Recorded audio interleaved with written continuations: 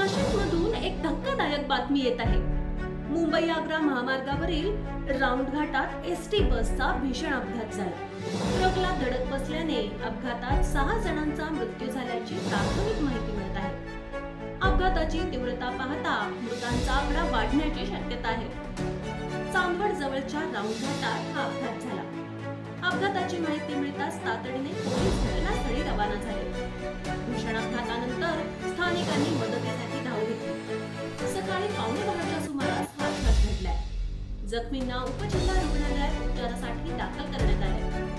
अनेक प्रवाशांची प्रकृती चिंताजनक असल्याचं सांगितलं जात आहे.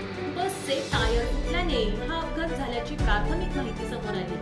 राऊंड घाटात नेहमी अपघात होत असतात. त्यात हा मोठा अपघात झाला. जखमींना रुग्णालयात दाखल करण्यात आला असून त्यांच्यावर तातडीने